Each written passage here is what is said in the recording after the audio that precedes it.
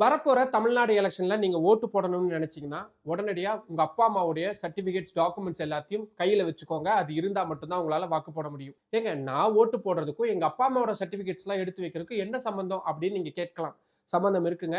ஏன்னா, பீகார் மாநிலத்தில எஸ்ஐஆர் அப்படின்னு சொல்லப்படக்கூடிய தீவிர வாக்காளர் சரிபார்ப்பு பணிகள் அப்படின்றத தேர்தல் ஆணையம் மேற்கொண்டுட்டு வராங்க.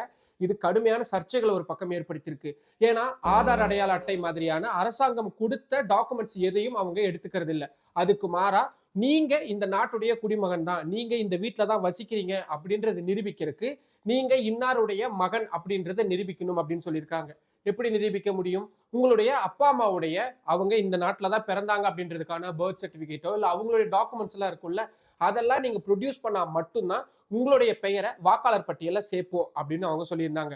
இப்போ கிட்டத்தட்ட இதே நடைமுறைய தமிழ்நாட்டிலயும் கொண்டு வரதுக்கான ஆலோசனைகள் அப்படின்றது தொடங்கி இருக்கு. இப்ப நம்ம வீடியோ ரெக்கார்ட் பண்ணிட்டு இருக்கக்கூடிய இந்த நேரத்துல இருந்து தான் எலெக்ஷன் கமிஷன் இதுக்கான முடிவை எடுத்திருக்கிறாங்க. அதனால விரைவுல தமிழ்நாட்டுல இருக்கக்கூடிய அத்தனை வாக்காளர் பட்டியலையும் அவங்க சரிபார்க்க போறாங்க. வீட்டு அட்ரஸ்க்கான டாக்குமெண்ட், நீங்க அரசு ஊழியர் அப்படின்னா அதுக்கான அடையாள அட்டை மாதிரியான ஒரு 11 டாக்குமெண்ட்ஸ் அப்படின்றத அவங்க வகைப்படுத்தி இருக்கிறாங்க. அது இருந்தா மட்டும்தான் வர தமிழ்நாடு சட்டப்பேரவை தேர்தல்ல உங்களால ஓட்டு போட முடியும். அதனால முடிஞ்ச வரைக்கும் டாக்குமெண்ட்ஸ்கள்லாம் ரொம்ப விரைவா சேகரிச்சு வச்சுக்கோங்க.